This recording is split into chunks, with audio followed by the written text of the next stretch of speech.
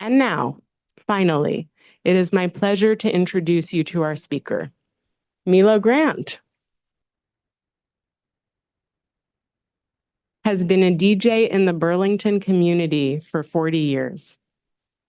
Her radio show, The Cultural Bunker, has been heard on WRUV 90.1 FM, UVM's public radio station, and WBTV 99.3 FM, the Media Factory's public radio station.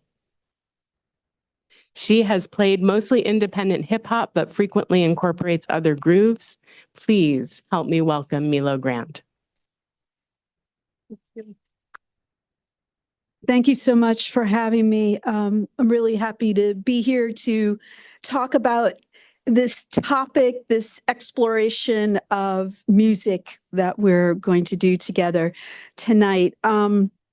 I want to first give you a little bit of a background about me. I was born and raised in New York City, and I had a lot of exposure as a child, as a teenager, hearing all kinds of sounds in the city. I'm one of those people that if I hear somebody, they're driving and you can hear what's coming out of their car in terms of the music that they're playing, I love that. That reminds me of home because I was always hearing something, and it could be Latin music, pop music, rock music. It was just literally the sounds of the city. As a youth, I went to, this was before the drinking age had increased and you could get into clubs. Even if you weren't drinking, they'd let you in if you paid the cover charge, and you could see music, you could hear DJs. So when I graduated high school and decided to come to the University of Vermont, it was quite the cultural change for me. And to be honest, I really wasn't sure I was going to stay. I'm a light-skinned Black woman, as you can see. I consider myself to be Black.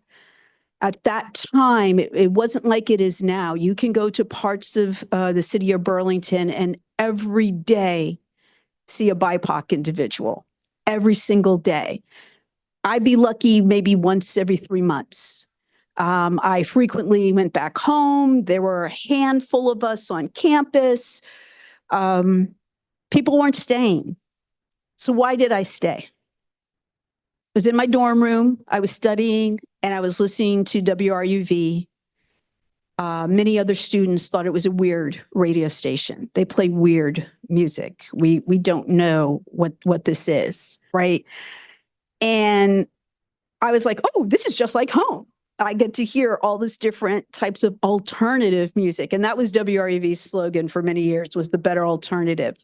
And one afternoon, I was listening to the older brother of a high school friend who was a year behind me, and his older brother was a year ahead of me at UVM.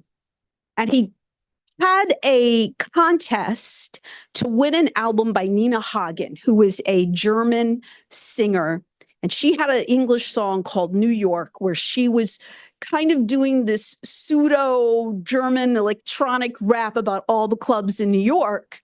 And he said, I've got an album of Nina Hagen to give away, and I'm going to give it away to the first caller who can tell me which one of the clubs that she listed is now closed. And I thought to myself, oh, such an easy question. I'm not even going to waste my time to try to call, right? Because that would, in a dorm room, you got to go down the hallway. You had to actually use the old rotary phones in order to do that. No cell phones back then. Nobody called with the answer. I was stunned. So I had to be the 15th caller. So I called and I was like, Josh, this is Melo Grant. You remember me?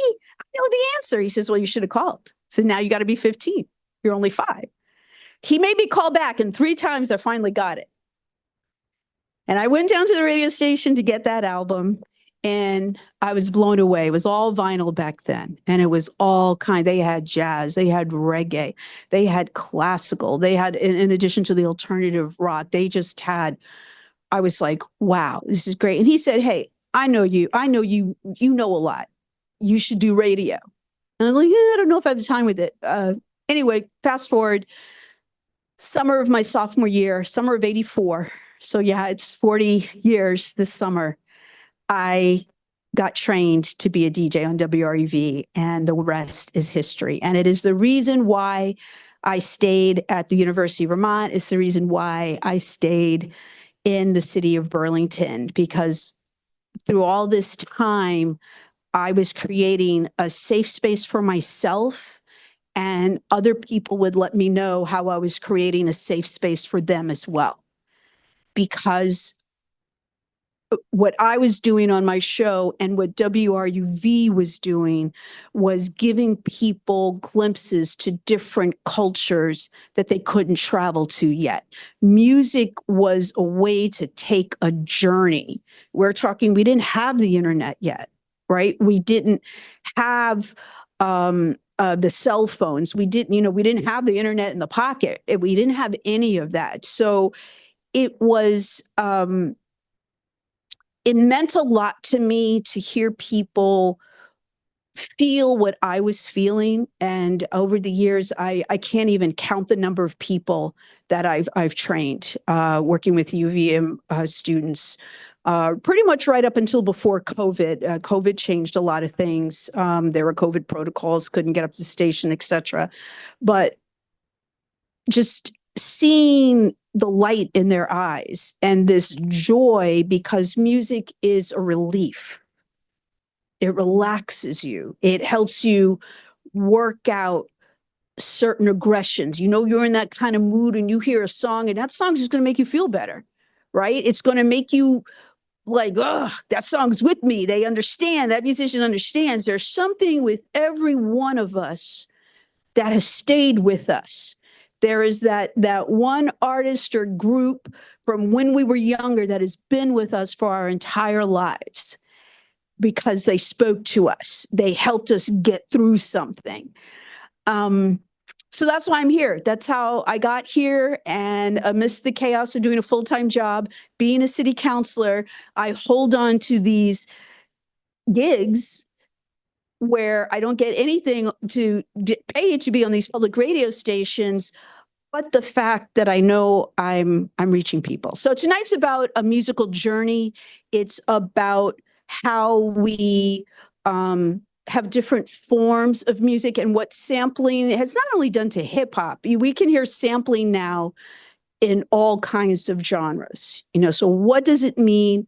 What does it look like? So I've made a selection of some videos from people you don't know, from someone that is more popular and well known, just to have a demonstration of techniques. So when we talk about the beginning of hip hop, there was the world famous block party, DJ Kool Herc. And you had the DJs, and then you had the MCs, the masters of ceremony, as they were called. And then you had hip hop as a culture, which also included breakdancing, graffiti, and other aspects. But we'll be talking, I could totally go off on all these things, but keeping it to sampling. What was never understood, and why the genre for many, many years, it took so long to get the respect that it deserved, that people didn't understand this isn't some fly-by-night trend. I mean, they're saying that the first 20 years. Oh, yeah, people are going to get over this soon. Well, then it was 30, and it was 40, now it's 50. Right? So I'm a child of this era. Is they didn't understand or appreciate the skill involved. A turntable is an instrument, and people can use these turntable or two turntables, and they can do something as simple as play a song, play the instrumental breaks, and have somebody rhyme over it. Or you could be a DJ who, what they call beat juggles, or traditional, like people, when they think about DJs who quote unquote scratch, that's taking something that exists and turning it into something new. And that's the most basic definition of sampling. So we started out early on where you would have DJs choose songs that they liked and then choose kind of the breaks or the drum portions, so to speak. If we think about James Brown's Funky Drummer, one of the most sampled tunes in hip hop, over and over again, you hear that same beat be used. One of the things about sampling is back in the day before you had the internet, you think, what is this? Where did this come from? Right? That was the big mystery because it wasn't always, you can't touch this, right? Rick James, Super Freak. Everybody remember Super Freak. Everybody, you talk to your grandma, you talk to your kids, everybody knows Rick James, Super Freak. That also hugely successful song, heavily sampled. Ice Ice Baby, huge, heavily sampled. Those songs kind of capitalized on the nostalgia of the original hits. So there's a whole group of songs where you're like, oh yeah, I know that original song. But what's happened over the course of sampling is that these songs aren't as known, that people that are creating this new music from tracks that have already existed are being very intentional about their selections. And we're going to see a piece about a legendary producer, and he passed away, but people are going to be talking about him as well as his mother. His mother, toward the end of his life, when he was in the hospital a lot, his mother would go record shopping for him, and he would have to teach her how to shop for records. And she shares things that he wanted her to look for, because it wasn't always about finding the most commercially popular song. It was about getting to a level where what's Missy say? We'll flip it around and reverse it. It's like literally you're playing with these tracks so that you don't recognize the original. Sometimes you can figure it out. Sometimes you need people to tell you, and you can not only just layer it with other music or layer it with itself or slow it down or speed it up. You can add voice overs. You can add all kinds of samples. Very iconic track from Public Enemy from their album, It Takes a Nation of Millions to Hold Us Back. An incredible release that really was groundbreaking with regards to changing how sampling was used in music. Public Enemy, Beastie Boys, Paul's Boutique, and De La Soul, 3 Feet High and Rising. I think it was one of the pieces that I chose here, a well-known producer called Mark Ronson. He talks about those, and he's completely spot on. And I was just like, yep, this guy knows it, because people started hearing things differently. We're like, whoa, the way it became a very different experience to listen to these songs, and listening to, especially to Public Enemy, where you had Jesse Jackson being sampled in the beginning, brothers and sisters, I don't know what this world is coming to. That was powerful. That was really powerful. And then having not only just the music, but just these samples, Public Enemy and other artists sampling Malcolm X, sampling Martin Luther King, sampling other activists, and incorporating that. Hip hop right now, I say, is going through its sex, drugs, and rock and roll phase. If you listen to commercial hip hop, you're only going to hear a certain sound. We have such diversity in this form of music. Similar to, people would never say they don't like pop music. You either like some pop music or you don't. You would never say you don't like rock music. You either like rock music or you don't. And that's the same for jazz, same for R&B and funk. There's stuff you like and there's stuff you don't. But you would never disregard an entire genre is not being worth your time. And that happened with hip hop because of certain stereotypes. So if I do anything tonight, hopefully that will open you up to listening to other artists. Feel free to reach out to me, Melo Grant, MELOGRANT @gmail.com. I'm happy to send you some videos of some of my favorite hip hop artists that have been making great music for years. Are they necessarily played on the radio? No, but they sell product, they sell merchandise, they tour the world, and they have something different to say. And hopefully hip hop will, on the commercial side, get back to that. I don't know. I don't think it'll ever happen under commercial labels, but that's a whole nother talk. That's a whole nother talk. What I want to do is first I want to give kind of play something that has a number of songs. And I like this particular video that I found because it represented the most common songs, and it was really something that was easy to give to people to say, hey, you can hear where the original tracks came from and how they were incorporated into certain tunes.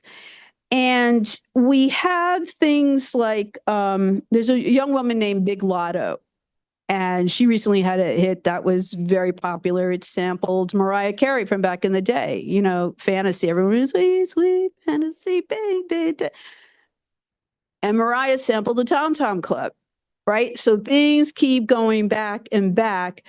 We still have that going on. I'm starting to think some of that now is a little bit lazy, been there, seen that. And so I look for things that are a little bit more up to, that are more challenging, but it is out there and it is part of what's going on. These are going to give us some examples. It is going to give you the track breakdowns and who the artists are, and just to listen to the original and then hear this hip hop track that comes in. And a lot of these are iconic old school tracks that we're going to hear. This type of stuff is all over the internet now. I mean, people can really do a lot of their own research. Kids are teaching themselves how to do a lot of this. So we're going to start out with our first sample of some music right now. Hey, stomp the beat. Clap the hand. Stomp the beat. God.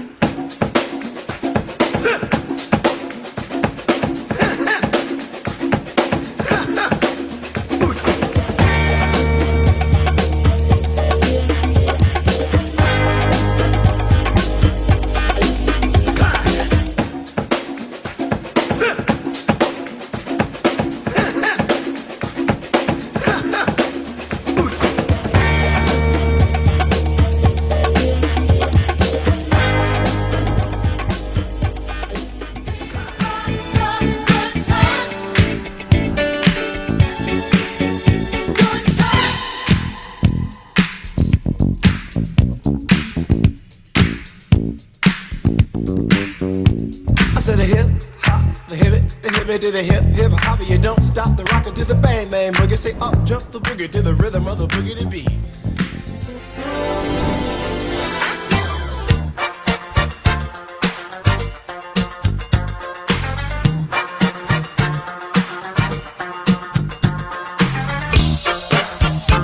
We're gonna prove to the world that we're for real. We're gonna prove to everybody we know the real deal. We got.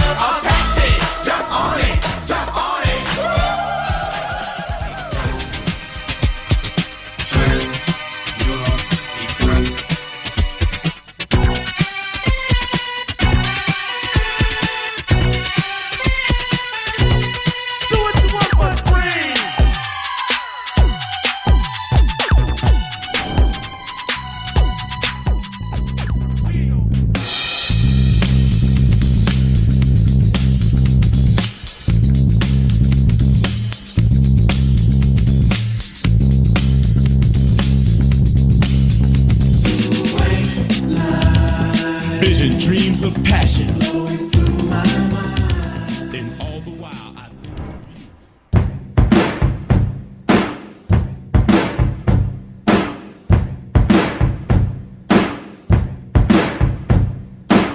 take to my rap, cause my rap's the best. The educated rapper MD will never fess. So when I met her, I wasted no time, but stuck up Roxanne, paid me no mind.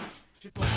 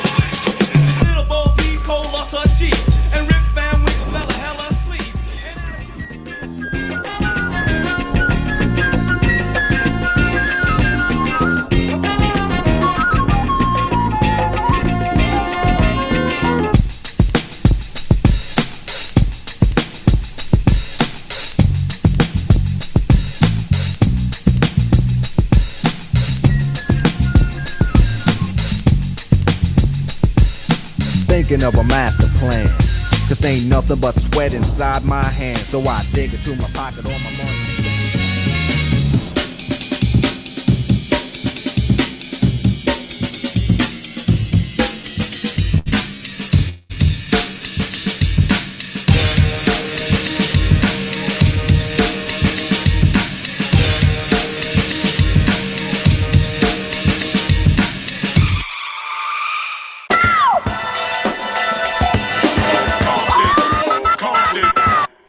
straight out of Compton, crazy motherfucker named Ice Cube.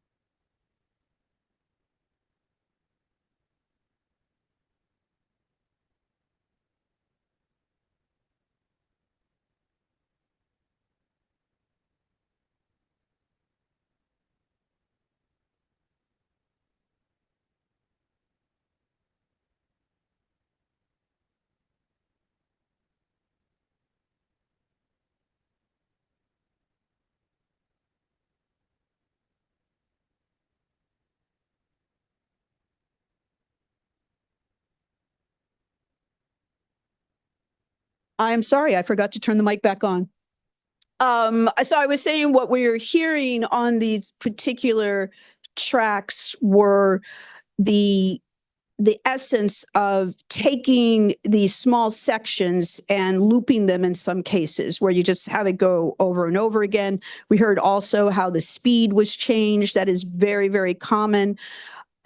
We have a whole industry now, and I'll get into it a little bit, that supports software and equipment. But we're going to look at some other things first. And let me see if I can move this out of the way.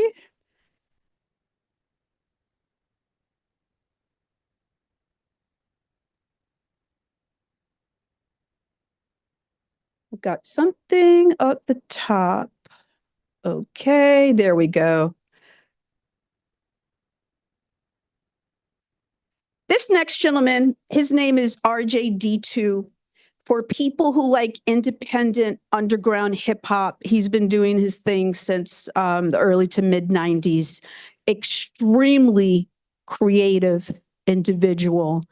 I chose this particular video because I felt that he did a really amazing job talking about sampling and the evolution, and probably saying some things a little bit better than I did.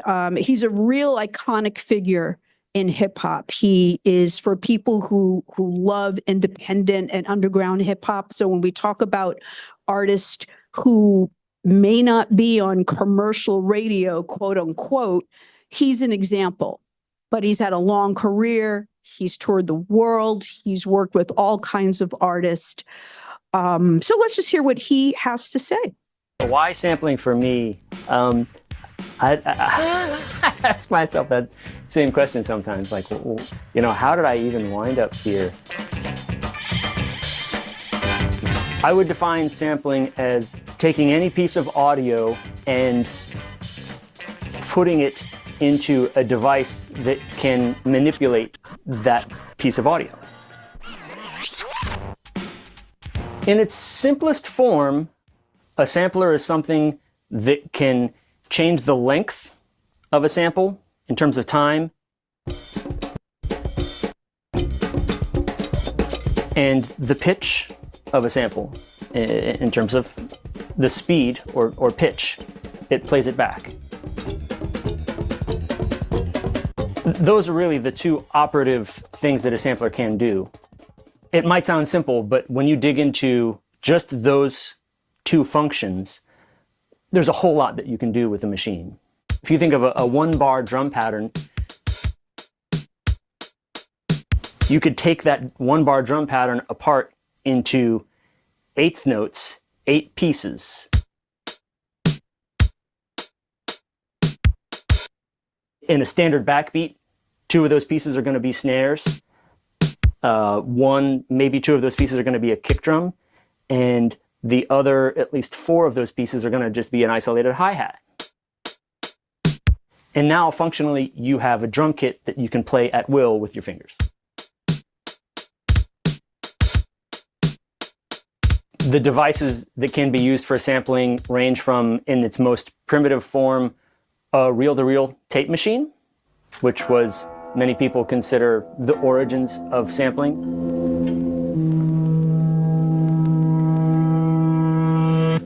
The second notable sampler that I am aware of is the Mellotron, which technically played pre-recorded segments of audio spread across a keyboard.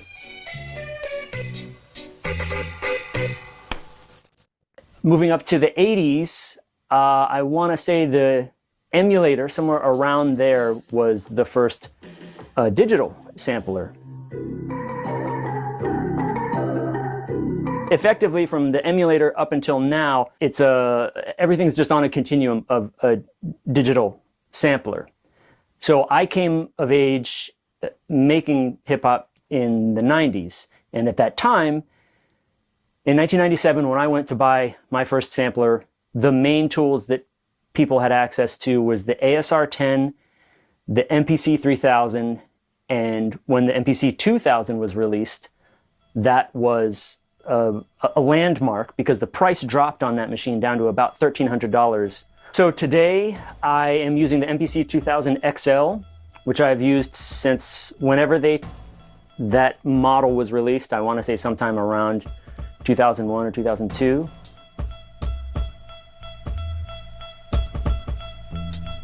I think constraints when it comes to art ultimately have more upsides than downsides.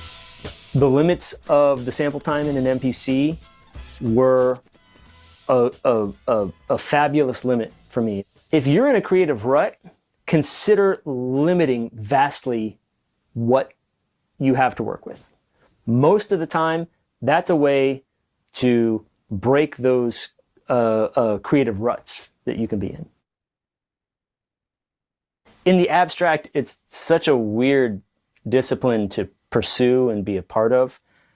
The truth of the matter is that this isn't a thing I sought out as a discipline to learn. I was dragged into this world, frankly, from the somewhat randomized path that I took in music. But the bottom line is that once I was a hip-hop DJ, I couldn't help but be curious about samples that were being used on the records that I was playing. I couldn't help but be curious about buying a sampler.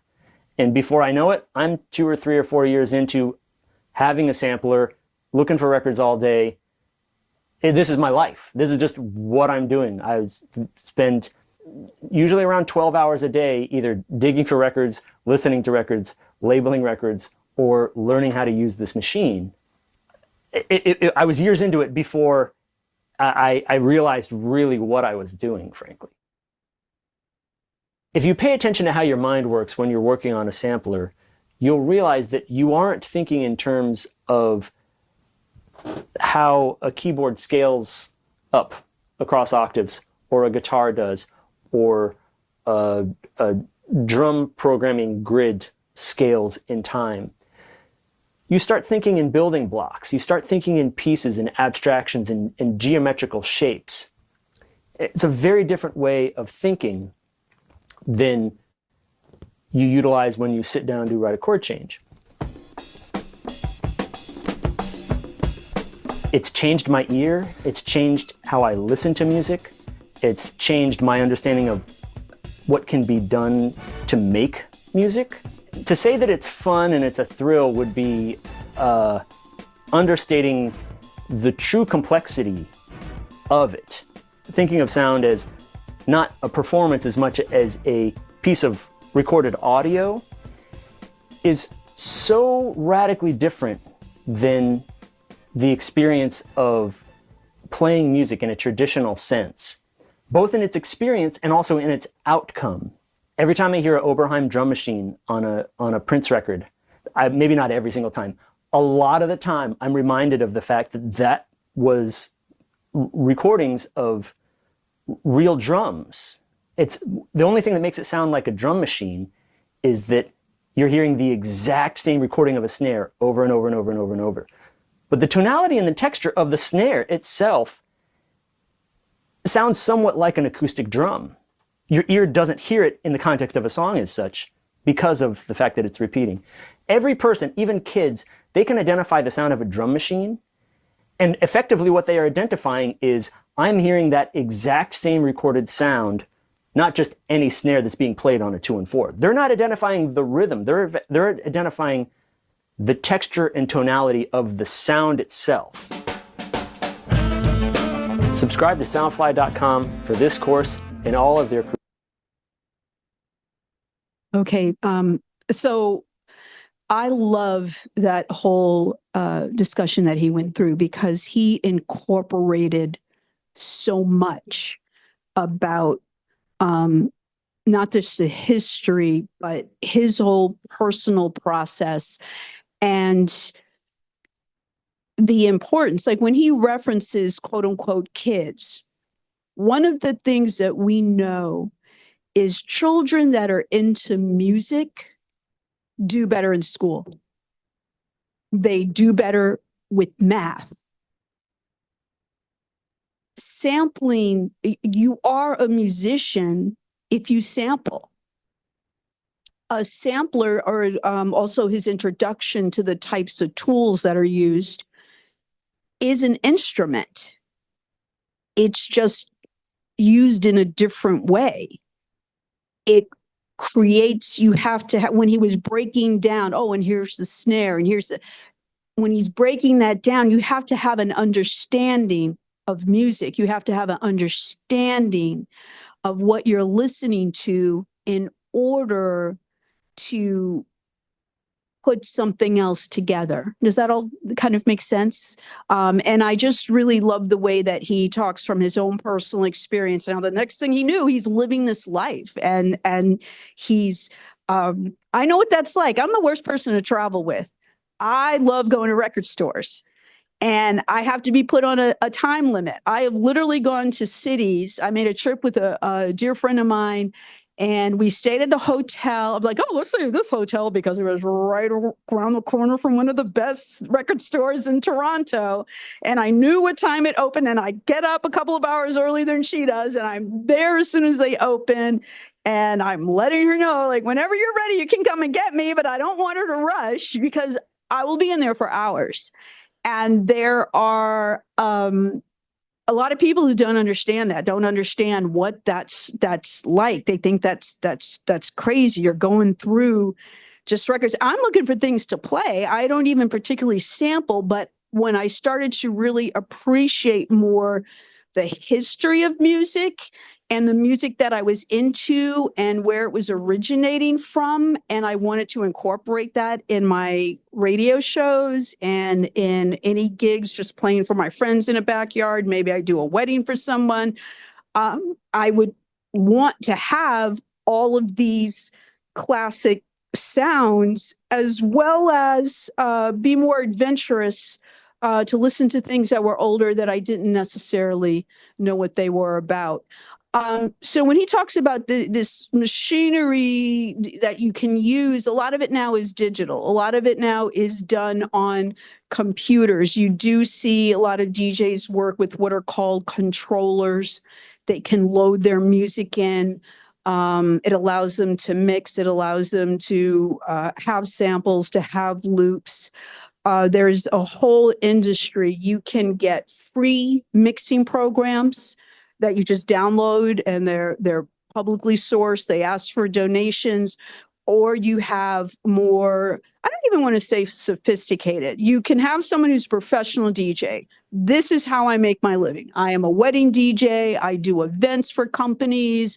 I need a program that is going to give me access to like almost every song that is out there. And I need a program that will allow me to create playlists, right? So you go and you have an event, and then you put all these songs together and you create this playlist, which a lot of people do. People ask me for my playlists all the time. I don't do playlists. I'm like, I don't have time to do that. And then they're like, how do you know what you're going to play? I really just know the first two songs I'm starting my show out with. I always start my show out with an instrumental because I always talk over instrumentals. And then I have my first song, and then I wing it for 2 hours. And I've been doing that for 40 years, even digital. And I know I need to do playlists so people can go online and listen to it. Maybe someday. But I feel like it keeps me sharp. I feel like people say a lot, oh, you created a vibe. That was a real vibe.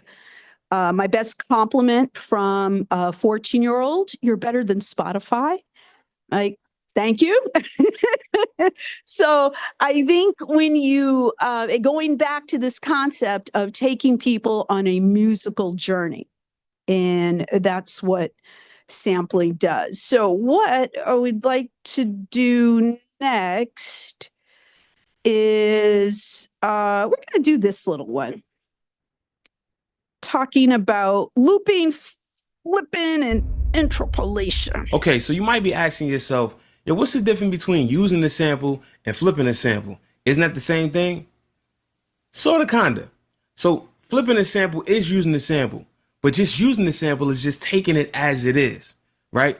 So before we get into that, just understand what sampling is. Sampling is recording a piece or an excerpt from an already existing works. So if you got a song that you like, I like that part. I want to make a beat out of just that part. So you record just that part that you want, that loop, and you make a beat out of that part by just looping, continuously looping. So one of my favorite examples of this would be Nas's The World Is Yours, produced by Pete Rock.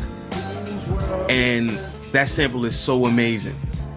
And the way that he used it was so amazing because if you heard the original by Ahmad Jamal, which is called I Love Music, you would know that it's so much happening within that original song that you can almost miss the sample that Pete Rock used for the record. So what he did was he found the loop within that whole song and said, I wanted to loop that part. And by looping that part, he created a groove that otherwise would have just been passing along within that jazz song that Ahmad Jamal created.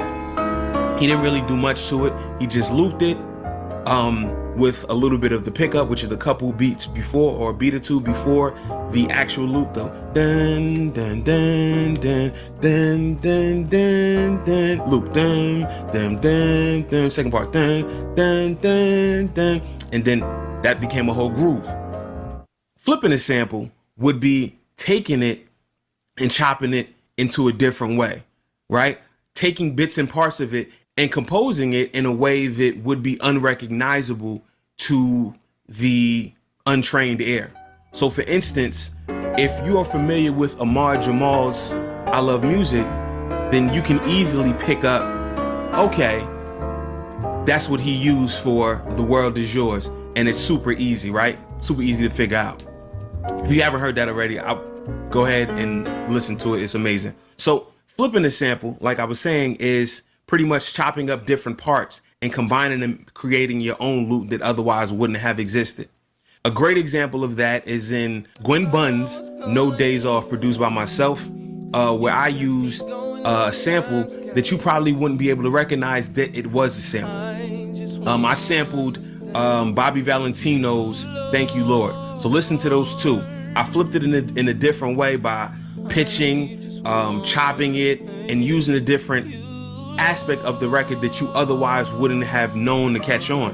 And I added some production on top of that, kind of tucking it in. I used the sample as a basis and really, created or elaborated on, a composition, creating something that was new, drums and all that, just like a regular beat maker would when creating a song. That's how you flip it. It has to be unrecognizable to the common listener. So I don't know where the term flip came from, but I would like to think that you flip the sample on its head. Like it's different now. It was what it was, but then I flipped it.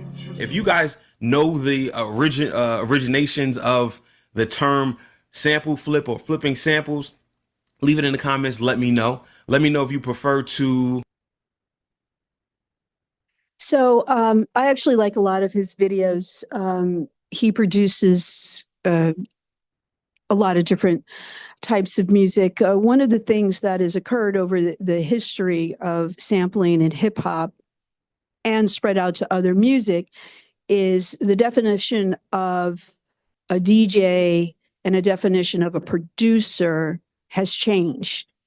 It used to be if you said that somebody produced money, maybe they had the financial backing behind it. And then you had people like Quincy Jones, who became more than just the financial backing. They had a real interest and stake in what they were looking at. I mean, one of the most iconic documentaries you can watch is just Quincy Jones and his amazing career, but also the work he did with the legendary Michael Jackson. And you see producers get involved in a way that they didn't before. So when he was referencing Pete Rock is one of my personal favorite producers. He's a legend in hip hop. He is a legend in terms of the expression digging in the crates when you're in not just record stores. Like people think about record stores, which are still around. They never left. The music industry tried to control the format of what people purchased. They stopped making records for certain artists, but other artists continued to make vinyl. Vinyl continued to sell, and now over the last decade has enjoyed this resurgence. And it's even now becoming a point for some artists to say, oh, I'm going to do X amount of a vinyl edition. They're going to make it special, so you pay more, but it's coming back into the marketplace. Burlington supports 2 record stores downtown. We have a record store in Winooski. We have record stores throughout.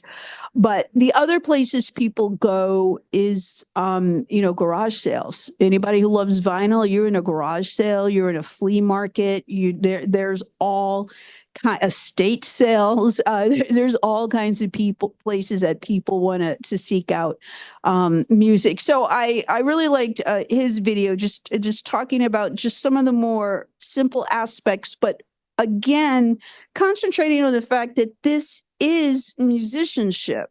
This is, you have to know the music. You have to have an understanding to get to where you need to go. So this continual concept of taking something that exists and completely changing it into something new resonates. But all the different types of music that people have to know that is a skill. That is like for people who walk into a museum and can identify artists, right? It's the same thing for music, to listen to a music and to be able to identify it, to pinpoint the artist, to pinpoint where they're from, to pinpoint what legacy they have, to pinpoint the legacy they should have had, right? So I think we'll get into a different. But actually, let's go ahead and do the Jay Dilla video. This is a series called Crate Diggers. Really interested if you're just curious, hip hop curious, or a hip hop fan. I really enjoy these because you really get a lot of backstories for a lot of different people. Jay Dilla, James Yancey, was a legendary hip hop producer. When he passed away in the early 2000s, even today, music with him, produced by him, is still being put out and reissued, as well as new stuff. He was extremely prolific, and his family still has continues to work to document, to organize his work. And this includes other artists and other producers, because he is really, truly a legend and an iconic, and he had a really particular sound.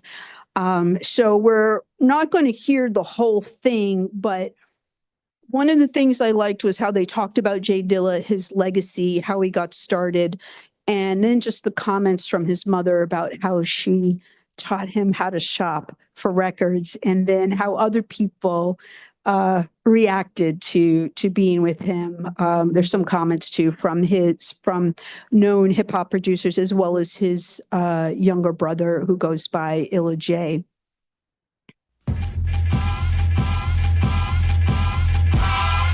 Jay Dilla was one of the most prolific producers. He's one of the best to ever do it. I mean, you ask any producer that matters, and they're all gonna give it up real quick, like, period. He influenced like a whole generation of young kids, Kanye West, to the Pharrells, to Premier, Pete Rock.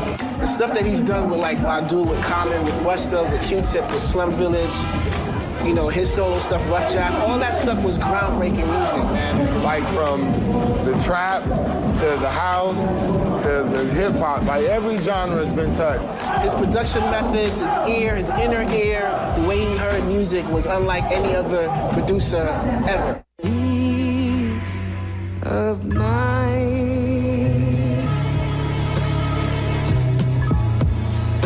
I'm Maureen Yancey, mother of Jay Dilla. What's up? J-Rock right here. This is Jay Dilla's Crate Digger. Special edition. That's right. In the D, baby.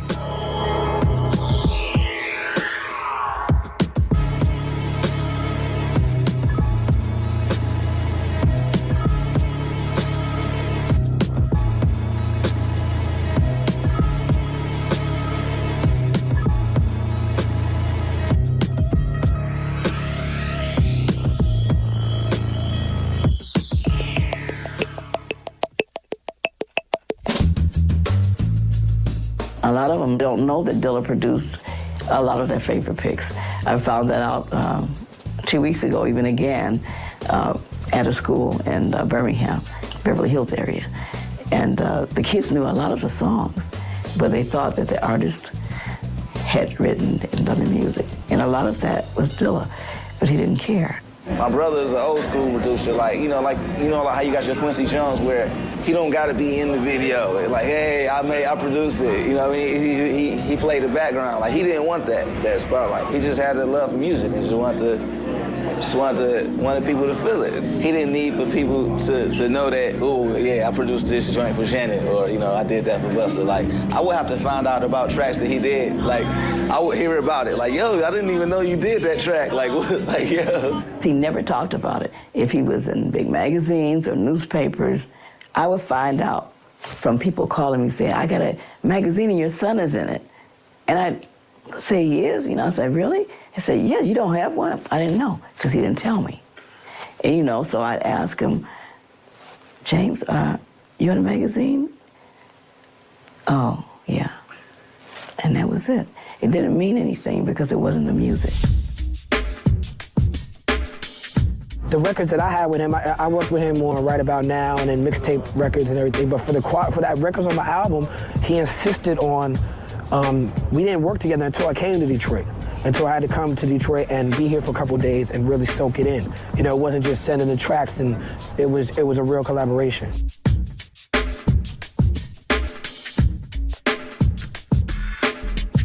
This is the Light remix, Common, right here. I mean, like you can dig through it. There you go, right there. Dollar, clean as hell. It should be like $16.82 in LA. Sweet, so there's another one for you. Boom. Whippy with a strap. Yep, this is a Ghostface strap. Yeah. Right here. 2 beats. This is Donuts too. Yeah. There's 2 beats on here. Yeah. This is a good one though. One night we went digging, me, him, and Melo went digging, and Q-Tip met up with us. That was pretty crazy, because Q-Tip was like hella tall, had shoulder pads on. We were like, yo, Tip got shoulder pads on? Yo, what's up with Tip, man? What's up, boy? Yeah, that was cool. I don't know Tip like that, so it was just cool. Like, I'm a Tribe Called Quest fan, so like to walk in the record store and like, to be walking in with Jay Dilla and Madlib and meeting Q-Tip, like I got an automatic pass right there, you know? Opening this door of... Well, this ain't even all of them. This is... They don't need to know that. Drum roll. Woo! Oh, that's from home. Detroit, right? Damn. Dilla came from a musical household of all genres of music, okay? I studied classical music and sang opera and classical music. We all sang gospel music because everyone in the family was in church choirs. His father composed and wrote also, played upright bass, sang jazz, and traveled, playing halftime for the Globetrotters for several years also, the Ivies did. You don't even think about what your child might be when they grow up. You certainly don't think that they're going to be a producer or anything like that. You're looking at a kid that you grew up in hoping that's going to play with cars, trucks, and all type of things as a child, but that was not Dilla. From the very beginning until the end, it was always all music. Yeah, Jay. Let's see what we got right here. We in Jay Dilla's storage unit right now. We're gonna see what he got here, Got that weather report. Oh, he got it in order right there for you. He's like, I got both weather reports. You didn't think Jay Dilla would have this right here. At least I didn't think he would have this. But this is one of his mixes. Yes, it is. See? That's one of it. I didn't think he would even own that still. See, I've never seen the actual cover for this. I have a promo. I got the promo. Those stuff. Just for time rise, because I want to show a few other things. They go into the crates. They also go into what his mother has, because this has become her life work, was to document his collection. He was known for having a very meticulous collection. The average person, when you have a record, you have that record in its sleeve positioned so you can pull it right out. He didn't do that. He always had the inner sleeves, he had the plastic sleeves, and he had everything organized. And it was like if you went into his house and you pulled out a record, but you didn't put it back exactly right, he knew. And when he was in his hospital bed, his mom would go shopping and she would bring back things. And he would say, you have to look for, it doesn't matter if they're known. Look at the instruments. What were the instruments? Were there different types of drums? Do they have a horn section? Those were the things that interested him. And that's what he paid attention to when he was looking at music, which is what made him so prolific and so successful, because he had this phenomenal ear that people really gravitated to. Tribe Called Quest, all these artists that were mentioned, these are legends in hip hop. And they were all associated with him, and just amazing. So in your free time, please Google Jay Dilla. I promise you it'll be quite the experience. You'll be very, you know, how they name drop Janet, right? We all know who Janet is, right? We do. And so he was at that caliber where he could do things for artists at that level, in addition to major hip hop, as well as a number of independent hip hop acts, most notably Slum Village. DJing, beat juggling. We're going to give you a little sample. This is a quick one from DJ Rob Swift, who I idolize. I think he's really incredible. One of the things he does is he teaches people all over the world how to DJ and beat juggle, so to speak, which is something now you can do in the world of Zoom. And he will literally have these online classes. He'll do one-on-one with people who send him videos showing them what they're working on. And this is when DJs work music like this, they are working with original songs and they're doing something really, really different. So I just wanted to show this aspect. From JFK to Russia, battling the DJs. From JFK to Russia, battling the DJs. From JFK to Russia, battling the DJs. From JFK to Russia, back down to London, Sweden and Brazil. Do a US tour for 3 months and then I chill.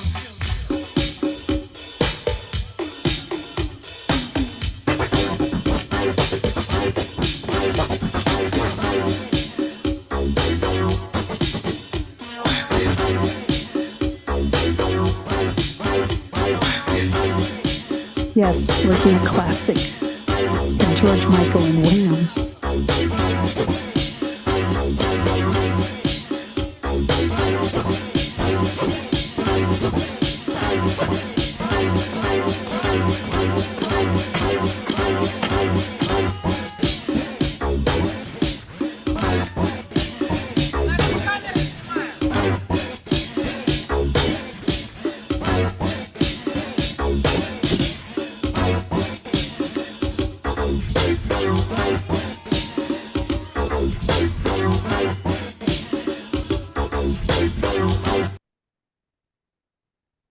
It's an incredible skill. He was part of a DJ crew called the Executioners. They toured the world.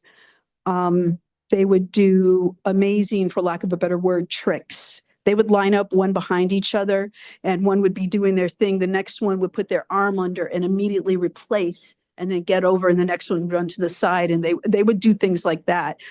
They would do things with their elbows, their heads turning backwards. It was amazing. And it is, to me, a form of sampling, because once again, we're taking songs that are known and we are doing something very different with them. To this day, they still have contests all over the world where DJs show up to show their skills. Props to whoever's actually still using vinyl and turntables. A lot of it is done on the controllers now. Better than nothing. I am glad that certain things continue to survive as we see these changes in technology and in the world. But I am a sucker for the Executioner, the Beat Junkies, and others. Other thing I want to show you, I just love this woman. She passed away a few years ago. She's playing live with a group called The Coop. Not the best video quality, but her name was Pam the Functress. And we will check her out.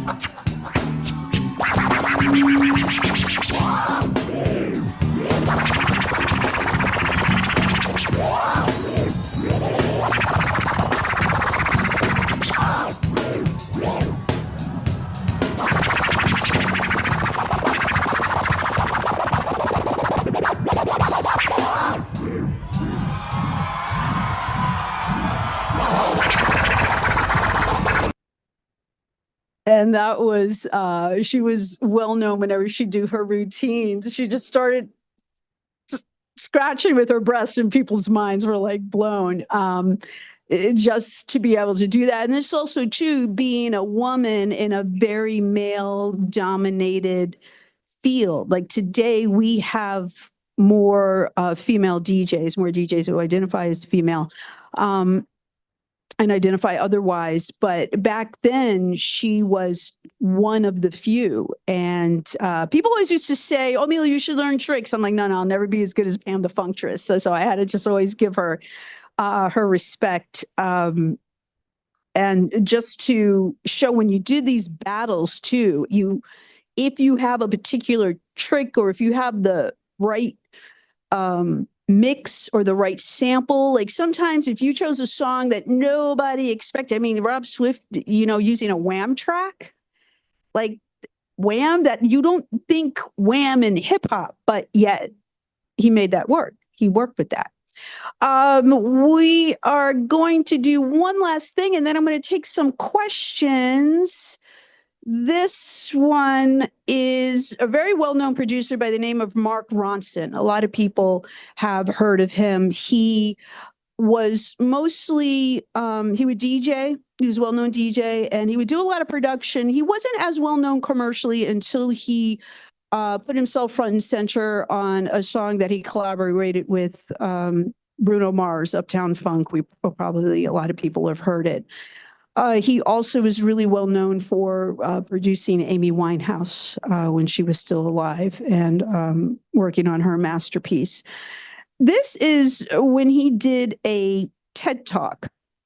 And what I liked about this was he gave a really great demonstration using the TED Talk's own theme. And then not only kind of changing it and sampling it, but sampling other individuals who had given TED Talks about music and incorporating all of that. And so we'll listen to just a few minutes of that, and then I'll take some questions. TED Talks online.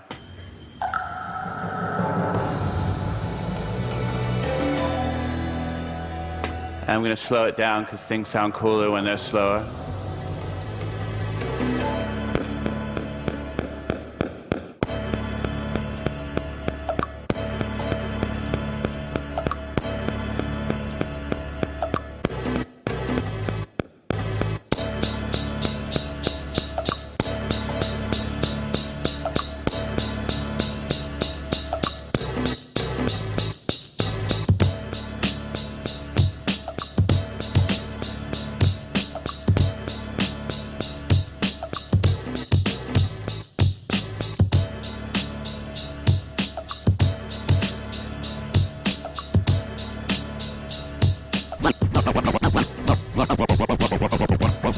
Good morning. How are you? How are you? I'm going to mix some music. I'm going to do so in a way that tells a story. Something nobody's ever heard before. I have a crossfader. I call this the mixer. Two DJ decks. You turn up the dials, the wheel starts to turn.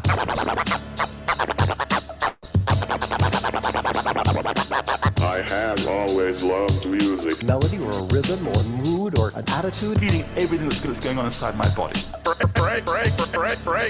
Break in your brain is this amazing musical computer.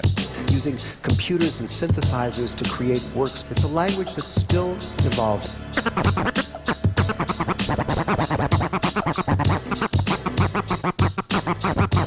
And the 21st century. Turn on the radio, pop into the discotheque.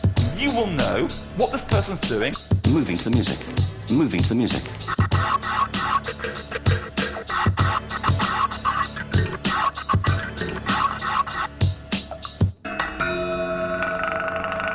It's my favorite part. I will leave it at there. I thought that was a kind of, that intro to his TED Talk is a nice summary of what we were talking about. Only really scratching the surface. So ultimately, I hope people are more curious about this. I hope it makes people consider listening to things in a different kind of way. And if you are listening to something and you think you hear something else, you're probably right.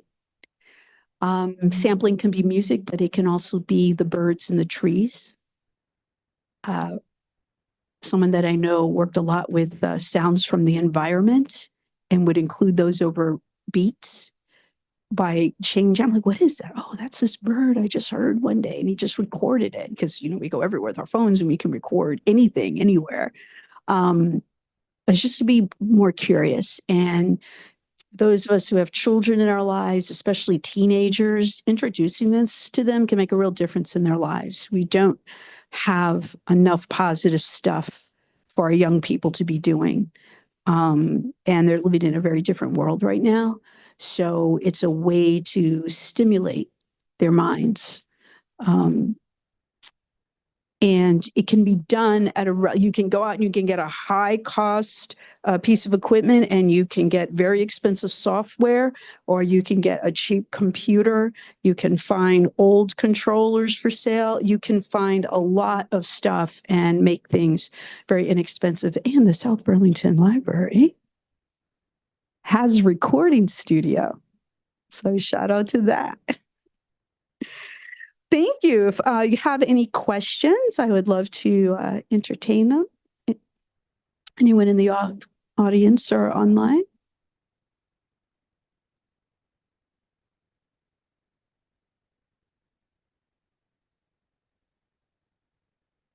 Hey.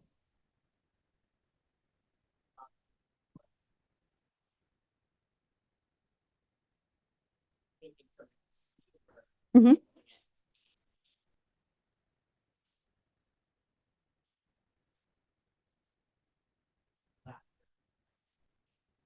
Oh, that's a good question. Thoughts on that, like in the culture, how much of it is taking something and using it and not paying somebody else for it, you know, because sampling, yes, it's an art form, but somebody spent years learning an instrument. Right. You know, that is a really great question. And that in itself is a whole different topic. So the beginning of the question was talking about how sometimes when obscure samples are taken and used, and then someone makes a lot of money off of that.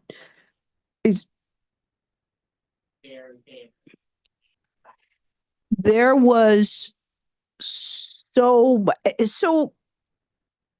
in the beginning, people like, yeah, this hip hop thing, this is just a phase. We, you know, whatever these DJs are doing at their block parties on the streets or in these little illegal clubs or anything. Well, now all of a sudden it's getting played in the big clubs, right? It's getting, and then all of a sudden it's like, oh, wait a minute. Now you have record labels, Def Jam, just for one, and then you have other record labels and they're all picking this up. And then like a lot of other changes in our life, changes in technology, changes in, you know, what the internet has brought, the legal system is behind. The legal system is behind. So you had people making money, as you said, off of doing all of these tracks. And then the lawsuits did start. And then you would have precedent being set. Now you have ways, if you want to sample something, it's very easy now. It's very easy for someone who is not a quote unquote professional to go online and learn how to clear a sample. But back in the day, it was like, okay, now you got to be really careful. That became an issue for movies, right? People started to say, hey, you want to use my music in movies, I should get paid for that. And that was just the original artist, the original songs and the original artist saying that I need to get paid for that. Now we have, you know, streaming for movies and streaming for music and residuals. And how do people get paid for that? So something's always coming up every few years. And in the beginning, I was really torn because there was a lot of hip hop, especially in New York City, which sampled James Brown very heavily. James Brown and his quote unquote funky people, all the different musicians that routinely worked with him, help him write the music. And on one hand, James Brown was always touring, but he definitely had a resurgence in his career when hip hop was just constantly sampling him, especially the funky drummer beat. And then you had other artists kind of in the same situation where suddenly people like, where did that come from? That gave them new recognition.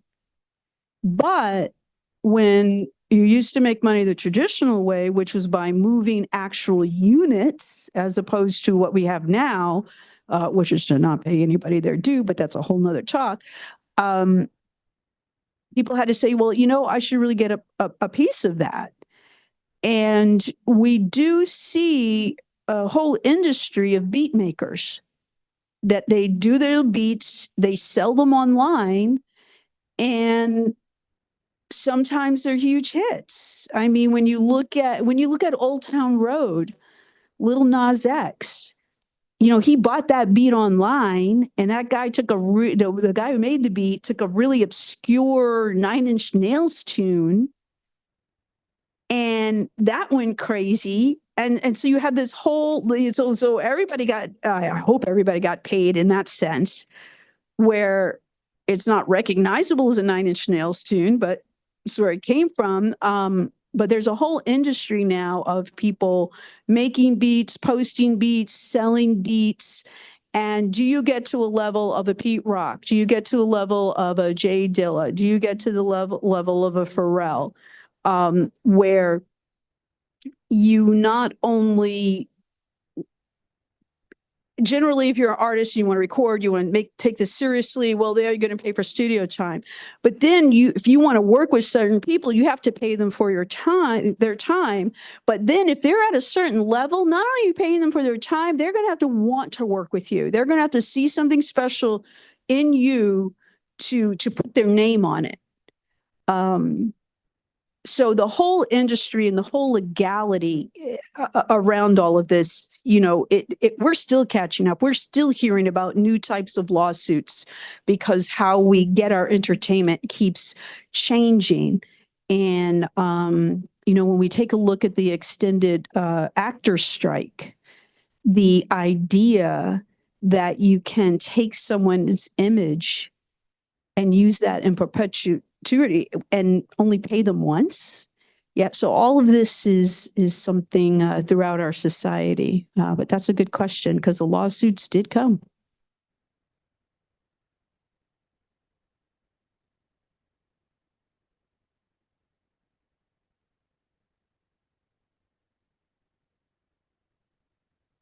So thank you again, Melo, for this awesome presentation. And thank you.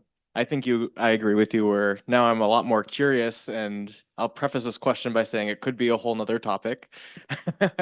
But thinking of kind of the world and international stage for hip hop, do you see any differences in how sampling is used in different countries? I'm just thinking kind of in my experiences listening to Latin music and how that's really kind of grown, and you hear different instruments there, but I was wondering if there's any other kind of things with sampling that might differ. I think that the concept of sampling it is the same across the world. I think the way you had a lot of DJs who physically traveled the world. Now we travel in different ways online. And that has also allowed DJs and musicians to have more access to music that they didn't have before. And that allows, like going back to DJ Rob Swift, doing these collaborations via Zoom with people in different countries who send him little videos and say, hey, I'm interested in this. Can you help me out? And he works with individuals and he works with kids that are in war-torn areas. I mean, just all over the world. And I think that watching, I've been very interested in hip hop in Japan. The Japanese love hip hop. They love hip hop.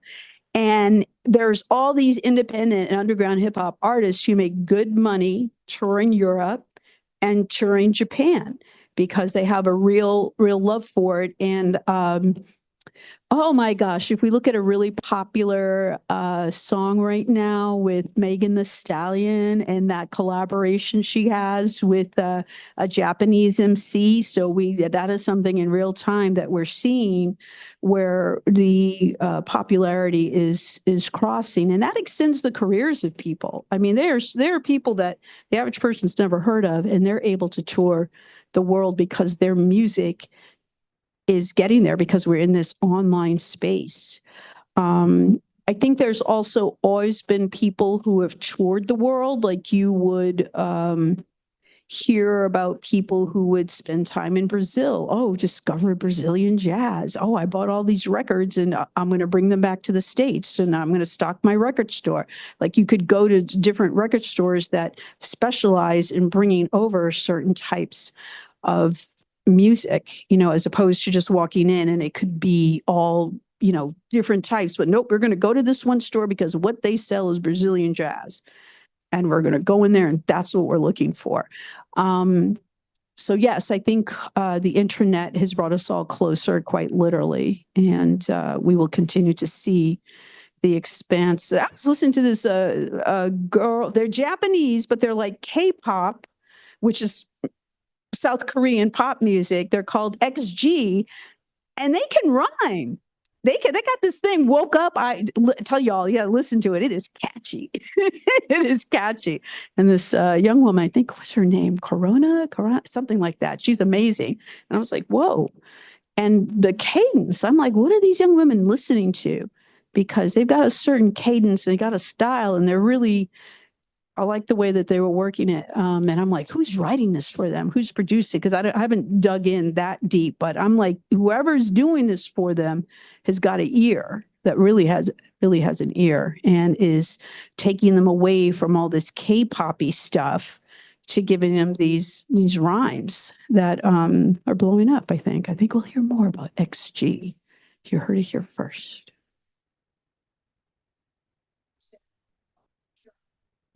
I don't do sampling on my show per se where I do it, but I play music that has samples.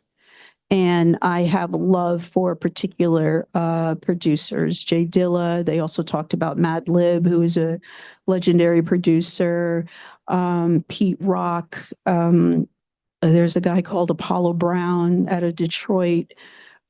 So I definitely, and then I listen to certain artists who, my favorite hip hop artist is, I got three of them. One is a gentleman called Sky Zoo, and he is a huge jazz head. So a lot of his music samples jazz. And it was interesting. He was here performing a couple of years ago, and I took him into Burlington Records downtown. He was going through the jazz. Oh, this is a great jazz set. Oh, this is amazing. They have amazing stuff. I'm like, oh, you're going to buy something? I got all this. He's like, I got all this. I don't, And then a woman named Rhapsody, who's just incredible lyrically, did a beautiful album called Eve, where the titles were the names of women and the songs were inspired by them. Michelle, Oprah, and a just very wonderful conceptual album. A woman named Sirach, whose earlier stuff, she loves science fiction.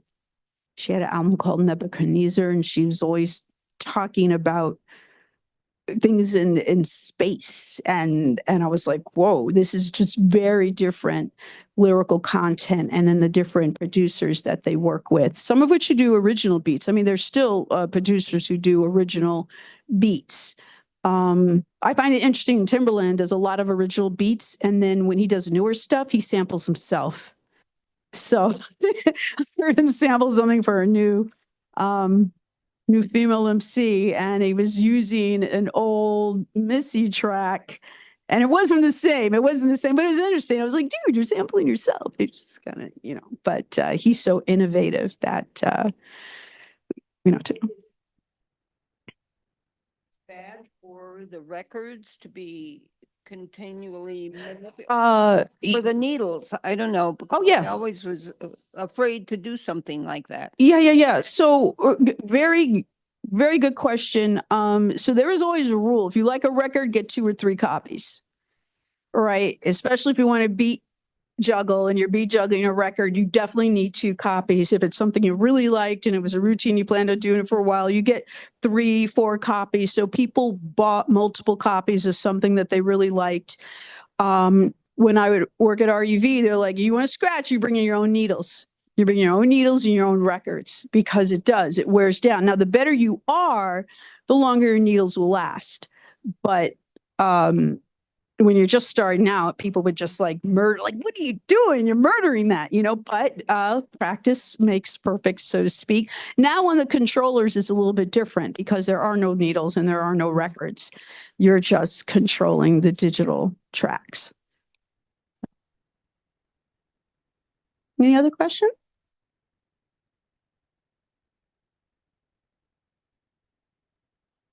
Well, thank you. Thank you very much for coming. Thank you to those who listened online, and thank you for those who will be watching online later. And thank you to the South Burlington Library and Vermont Humanities for having these little chats and exploring all these different types of subjects. Really appreciate it.